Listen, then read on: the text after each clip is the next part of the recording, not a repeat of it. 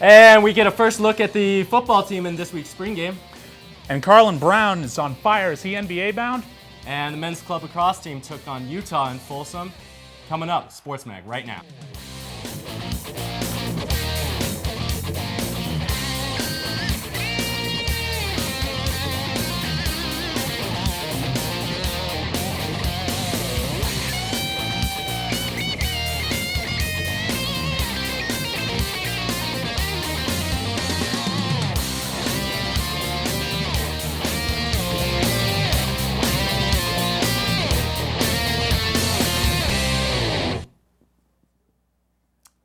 Hi, and welcome to CU Sports Mag. I'm Luke Rosenmeyer. Sitting next to me is Greg O'Brien, and this is the first and last time you will ever see him on the Sports Mag desk. Pleasure to have him anchoring with us today.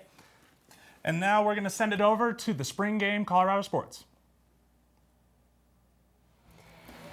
There's Nick Hirschman. He's injured. He will not be participating in this spring game, but there's Justin Schrock and Connor Wood. They both were. And here comes Ralphie.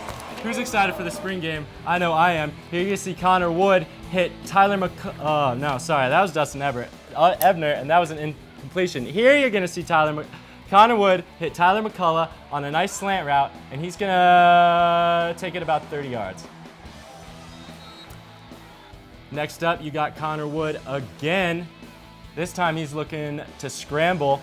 He picks up about 10 before John Major taps him down. You wear that green jersey, you don't get hit. It's real nice. Here, Connor Wood, same position. Dustin Ebner there. Nice bubble screen route, and he takes it in for 6. And Josh Ford coming up here, number 42, moving it nice along. He's going to head in here, get really close for that touchdown, but it's going to take Justin Gorham, number 14, here to finish it for him. Let's see if he makes it there. And boom, he's in. Everyone is happy. Finally, Ken Cartney, number 4 here. He's heading in, passing it for the touchdown. Oh! That right there is Keenan Canty, number 4. Sorry to correct you. And that was Justin Schrock hitting him for the touchdown. Now here's third-string QB hitting third-string wide receiver, number 82, for a touchdown. And then big play by Malcolm Creer, the linebacker, hitting Dede Goodson in the backfield for a loss. And there you go, 82, scoring another touchdown. That's about it for the spring game. Overall, it was pretty productive. The gold team looks like they got embarrassed, but they didn't have an offense, so that's not really fair. Connor Wood went 7 for 10, 137 yards, and 2 scores. Josh Ford stole the show on the ground, 8 carries, 141 yards, 2 touchdowns. And Darden, 2 catches, 53 yards, and he went for 6 as well. It was a heck of a game, wouldn't you say? I would say. Yeah, well, David LaRose here is going to look a little deeper into what went right and what went wrong with the Buffs' first showing in spring. You know, the spring game is really a bit of a glorified practice, but I'm really going to break down 2 of the biggest plays from the game, 2 of Josh Ford's touchdown runs. And as you see here on this first play, as we take a look at it, it's going to be a run play off to the left, but I'm really going to highlight this right guard right here, Alex Kelly. He's going to pull down the line. We're going to spot shot of him right here. He's going to pull down the line and get up into that next level at the linebackers, and Josh Ford's going to do a good job of setting up that block. As you see here, he gets up to that linebacker, and Josh Ford does a good job of setting up his block, and he's going to cut back up to the middle and find some green grass in front of him as he makes that cut. Now when he gets to this level, he's going to make that inside-outside juke move, and he's going to get that safety off his feet, and he's going to be nothing but green grass in front of him as he takes it all the way for a 46-yard touchdown run. Now, specifically, we're going to look at his second touchdown run. This time, it's going to be an offset line to the right, a heavy power to the right, and it's going to be a weak dive to the left. We're going to highlight this center as right here. He's going to pull off to the left. This guard is going to crash down on this nose guard, and as we roll the play right here, you see Josh Ford get up into that next level. He's going to break a few arm tackles here from the linebackers. There's 1 tackle. There's 2 missed tackles right there, and he's going to get up into that safety level. He's going to get spun around by a 3rd and 4th missed tackle, and then he's going to get up the sideline as he's spun, and he's got nothing but green grass in front of him for his second touchdown on the run. He was really an impressive guy to watch in the spring game, and he's going to be one of those guys that we need to look forward to in the fall for fall camp. In 2003, new box seats were added to the east side of Folsom Field. Since then, there's been minimal updates to the stadium, but Mike Bohn publicly announced Tuesday that a huge plan for improvements is in the works. According to the athletic director, Colorado would expand Dal Ward Athletic Facility. It would be the largest upgrade in the history of CU near the stadium. To fund the project, the university will use a mix of private donations and funds coming from the Pac-12 Conference revenue stream. No dates are set for starting, completion, or build. And the new conference revenue has opened doors to push forward in many places beyond CU. Pac-12 Conference foe Washington is in the middle of dismantling their football stadium and putting up another one. It would cost approximately $250 million and would not be open until fall 2013. Other schools like USC are also updating some of their facilities to keep up with the fast-paced conference. Following his outstanding performance in the Pac-12 and NCAA tournaments, Carlon Brown is making even more plays to improve his NBA stock. Brown participated in the 60th annual Portsmouth Invitational last week, becoming just the first Buff to play in the tourney since Marcus Hall in 2008. In 3 games, he showed that he may prove valuable at the next level. He averaged 10 points and 40% shooting from the field, and professional scouts were impressed by his ability to make plays for both himself and for his teammates. One scout commented that, quote, his stats may not have been as gaudy as some of the other players, but he played within the team format and was a major part of his squad winning the championship. The NBA draft isn't until late June, so Brown still has plenty of time to continue to prove his worth to several NBA GMs. And coming up after the break, Double Team will continue to dive into the spring football game. They'll tell us about what we should be expecting this fall. And Colorado is getting a varsity women's lacrosse program, but the men's team is also playing well. The men's club team, that is. They took on Utah under the lights. We'll have full highlights after the break. Stick around.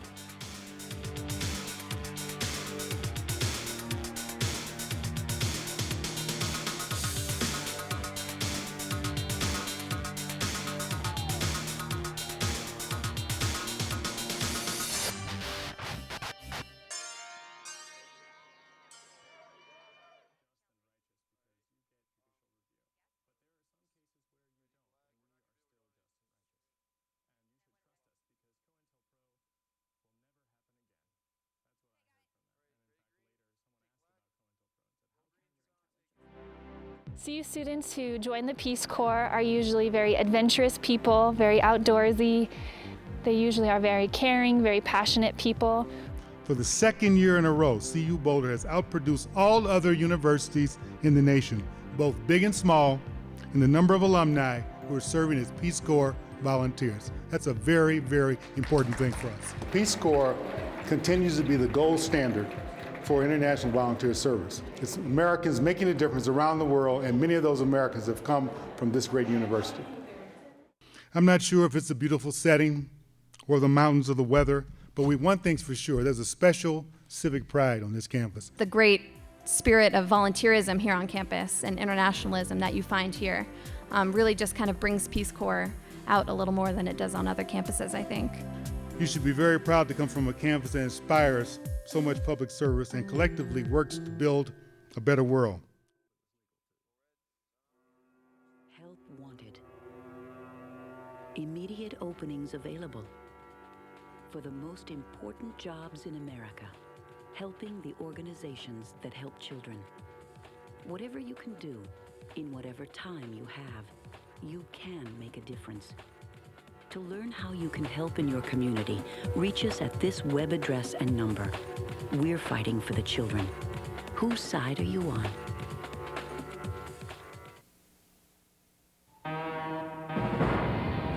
Change is coming faster.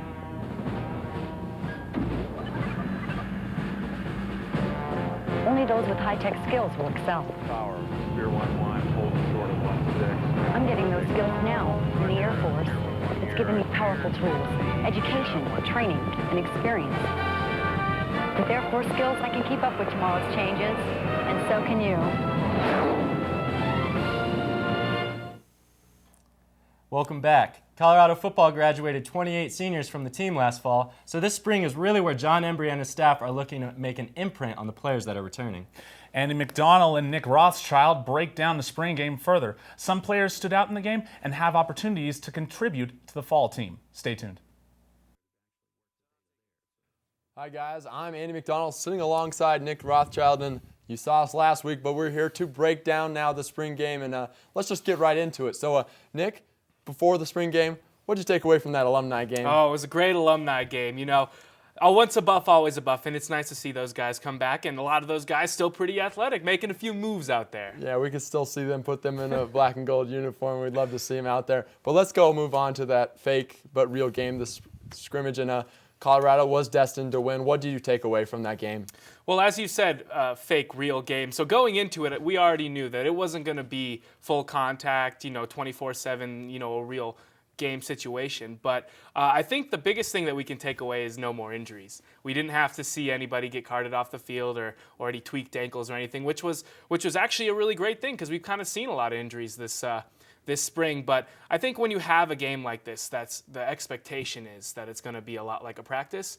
There's not a lot you can really take away from the gameplay other than the fact that there was no injuries. That's true. 13 players were sitting out for that game, and they move along. But what are the 2 players? Give me 2 or 3 players that you especially saw. And the offense played well, put up 36 points, so I'm assuming they're going to be on the offensive side of the ball. Yeah, these names aren't going to surprise you, Andy. Josh Ford and Connor Wood. Ford, obviously the biggest name coming out of this game, had 2 long touchdown runs and looked the best out of the 3 or 4 running backs that they used in the game. And the best thing about Ford was he wasn't doing a whole lot of dancing. He was getting up in the hole, making one cut to get to the second level and really putting on the gas. And that gas is actually something that really surprised me. I didn't know he quite had that breakaway speed. Once he got to that second level, no one really was able to run him down before he got into the end zone. So the 2 things that really stood out from Ford to me was the fact that, A, he could get up in that hole, had good vision to get to the second level. And once he got there, no one could catch him. That's right. And giving him the ball was Connor Wood. He only gave him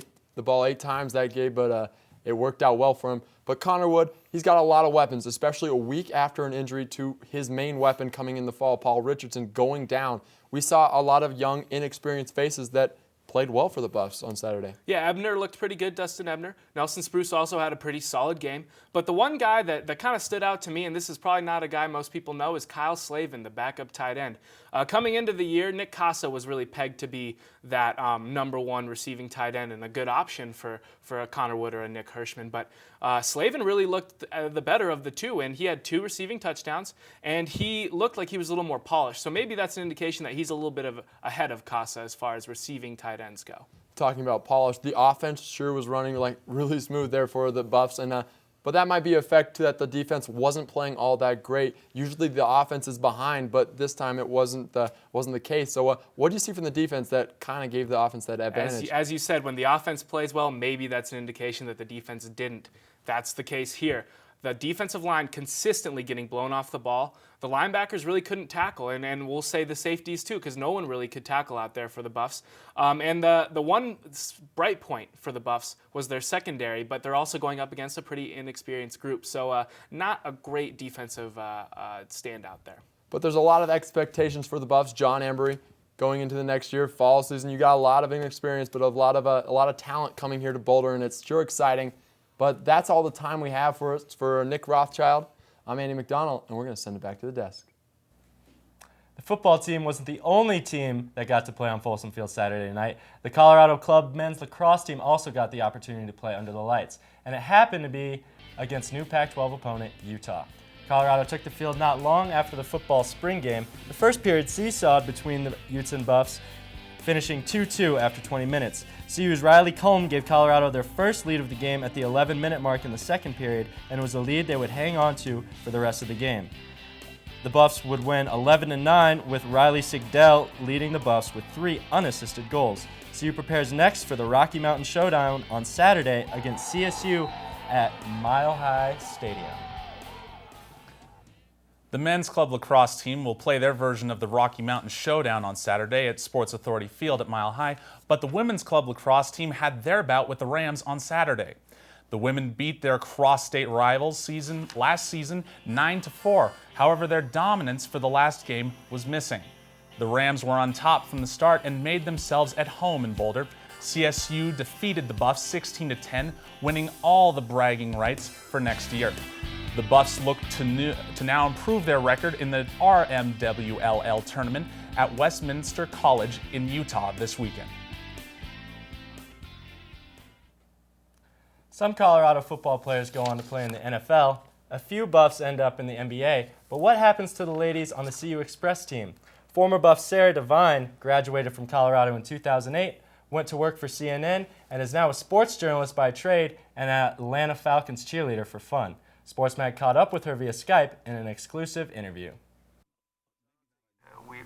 We discussed it at so many levels, and we decided that we would have more of a chance. Most people don't realize about NFL cheerleaders is we are required to have full-time jobs or be full-time students or moms, and we need to make our own income. This cheering does not pay the bills, unfortunately.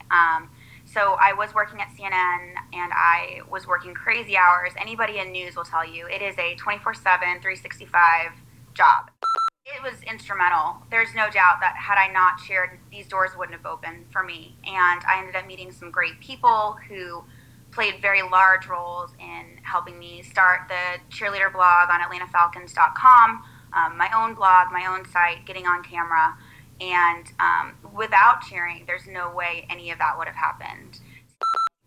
They want to see you do it all, and they want to see you how you perform and how you're going to handle pressure and all of those things that are important for dancing on a field and on a basketball court, but also for competition, because Express is run through the athletic department. It's a really elite team, and any of the girls that make it are really lucky. The CU Sports Mag Twitter account is back at it, and again we have 3 new CU Sports Mag tweeters of the week.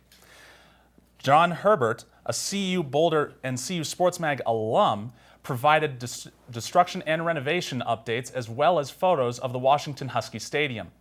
Benjamin Travis, running the Colorado TRV account, broke the news at CU Sports Mag that 4-star quarterback CeeLo LaFoe from Tacoma, Washington, would become the second 4-star recruit to sign with the Buffs in the 2013 recruiting class. Sarah Devane, former CU Buff and member of the CU Express, has been working in the field of sports since graduating in 2008. Devane has had stints with CNN, GuysGirls.com, BeyondUSports.com, as well as spending 3 years as an Atlanta Falcons cheerleader. And coming up after the break, Tad Boyle and John Embry have at least one thing in common.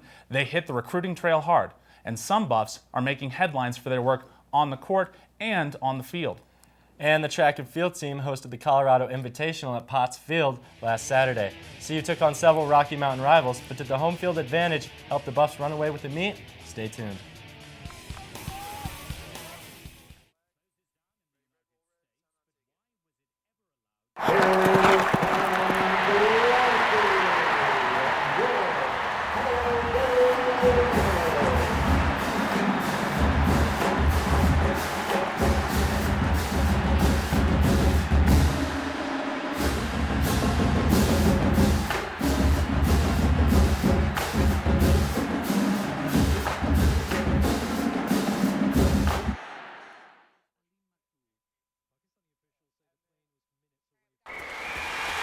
We won 24 NCAA championships, sent 18 NASA astronauts into space, inspired 4 Nobel laureates, unlocked the genetic secrets of cancer in a place that averages over 300 days of sunshine a year, ranks as America's smartest and healthiest city, and is home to the mightiest mascot in college sports. If you didn't know what the University of Colorado is all about, now you do.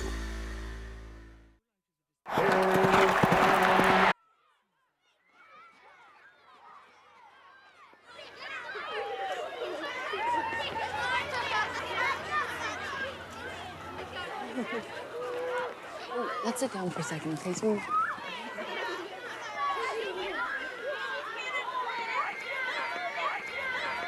Hey, Kayla, there's Mary from your class. Hi, Mary! Hi, Kayla! Come and play! Oh, sweetie, sweetie. Why don't you go play with those kids over there? Why?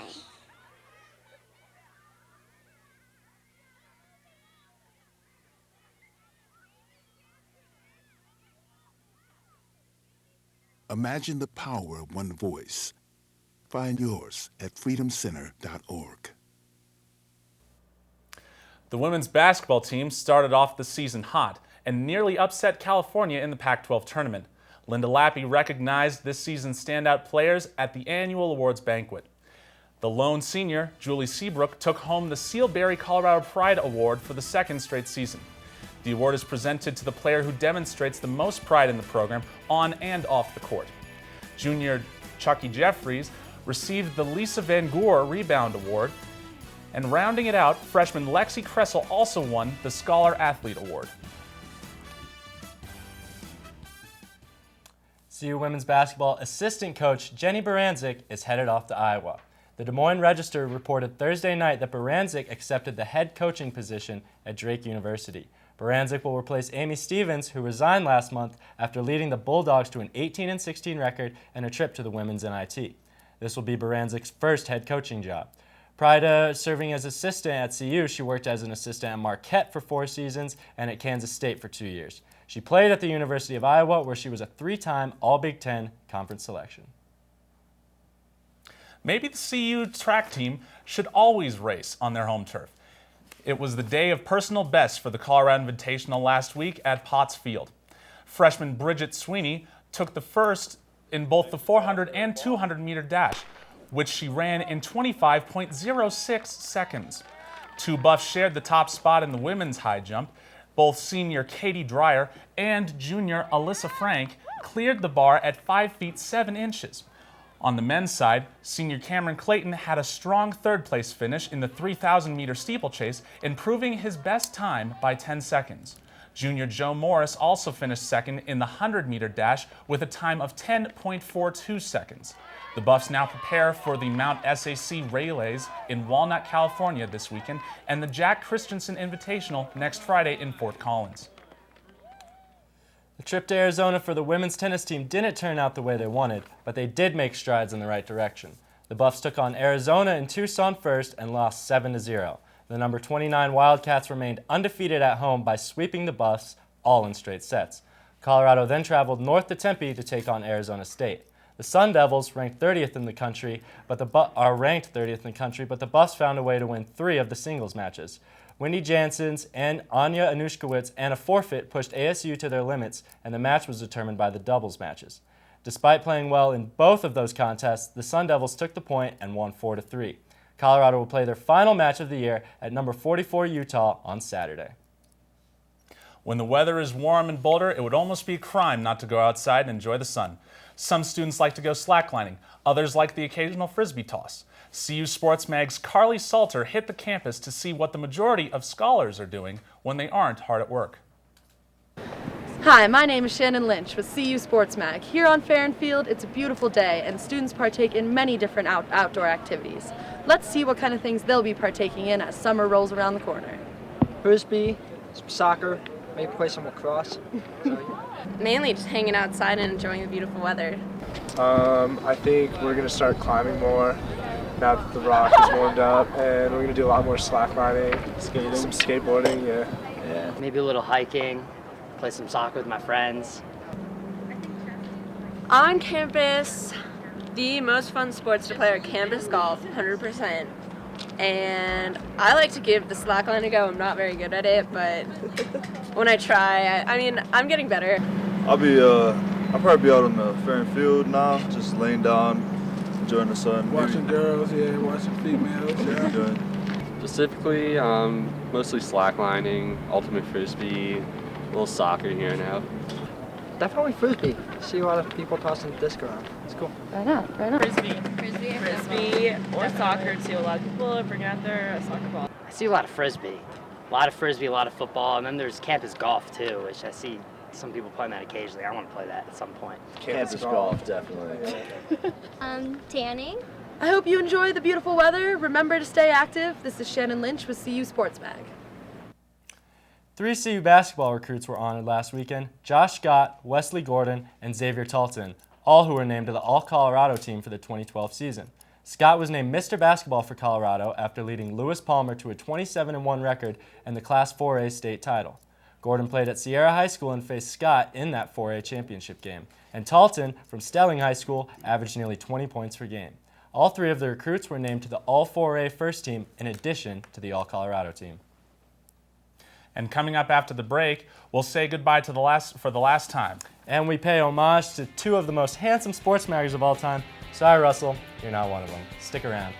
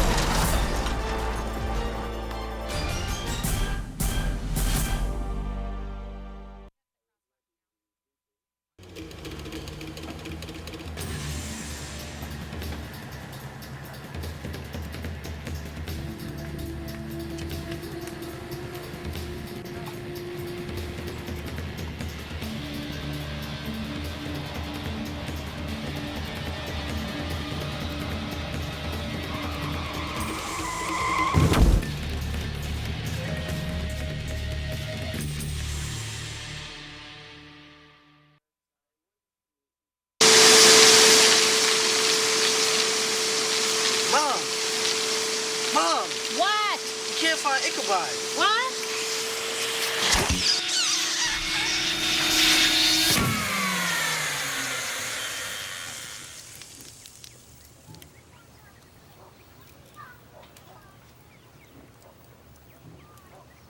You don't have to be perfect to be a perfect parent. There are thousands of teens in foster care who would love to put up with you. Hey, how's it going? Yeah, how's your weekend? Oh, have you studied for jogging? Oh, yeah.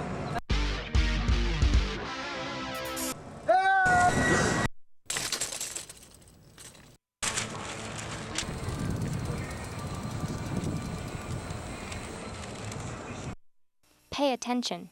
It matters. Every year, SportsMag loses several key components. Well, this year in particular, it's true. Anyway, there will be definitely some sad faces to see you and me go, Luke. You're right. Here are three seniors who will be graduating from CU SportsMag and moving on into the real world.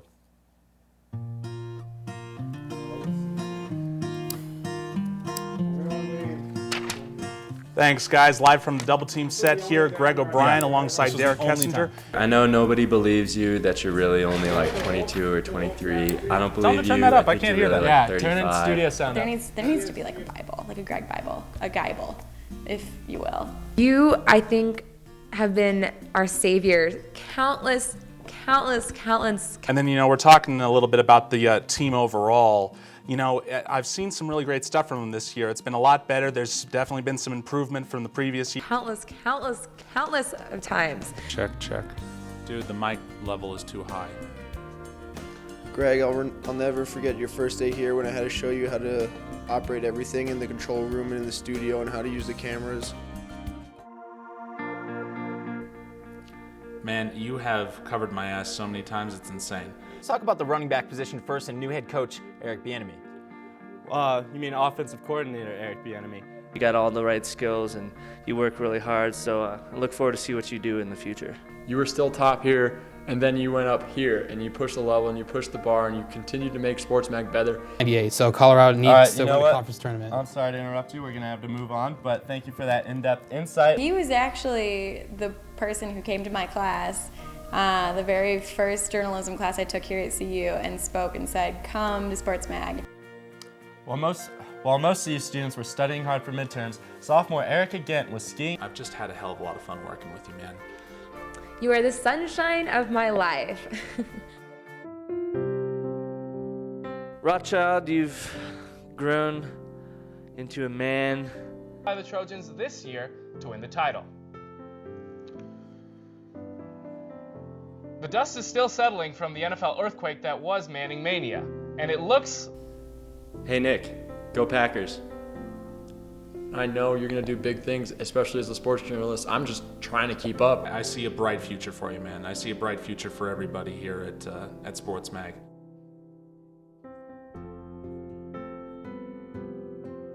Well, what to say? I'm flattered. And it's been a long time. I can't believe I was. Before we go, I need to touch it. I need to touch it. All right. Awesome. That's all we have time for. See you guys. See you guys.